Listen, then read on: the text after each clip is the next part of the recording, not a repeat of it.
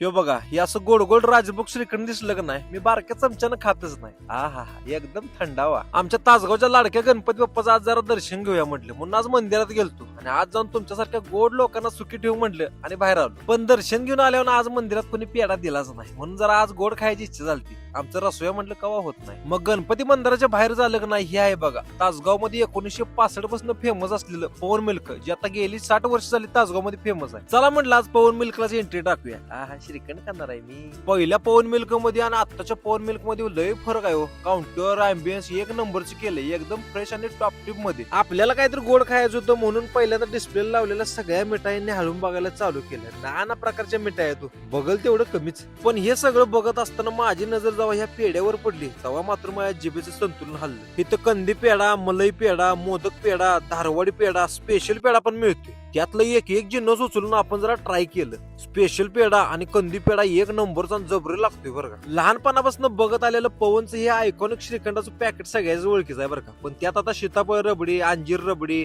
बासुंदी, फ्रूटखंड, मग पवन मिल्कचं ट्रेंडिंगला असलेलं राजभोग श्रीखंड वाटीत घेऊन खाल्लं. थंडावा. मग परत नाही असं डिगी डिगी करून ढवळायचं आणि गाप करून प्यायचं. बासुंदी एक नंबर आहे. या सगळ्या बरोबर इथं खवा, बटर, पनीर पण मिळते. पवनचं हे श्रीखंड तर आपल्या लहानपणापासून ओळखीच आहे. पण तुम्हाला इथला कुठला जिन्नस आवडते ते मात्र मला कमेंट करून नक्की सांगा.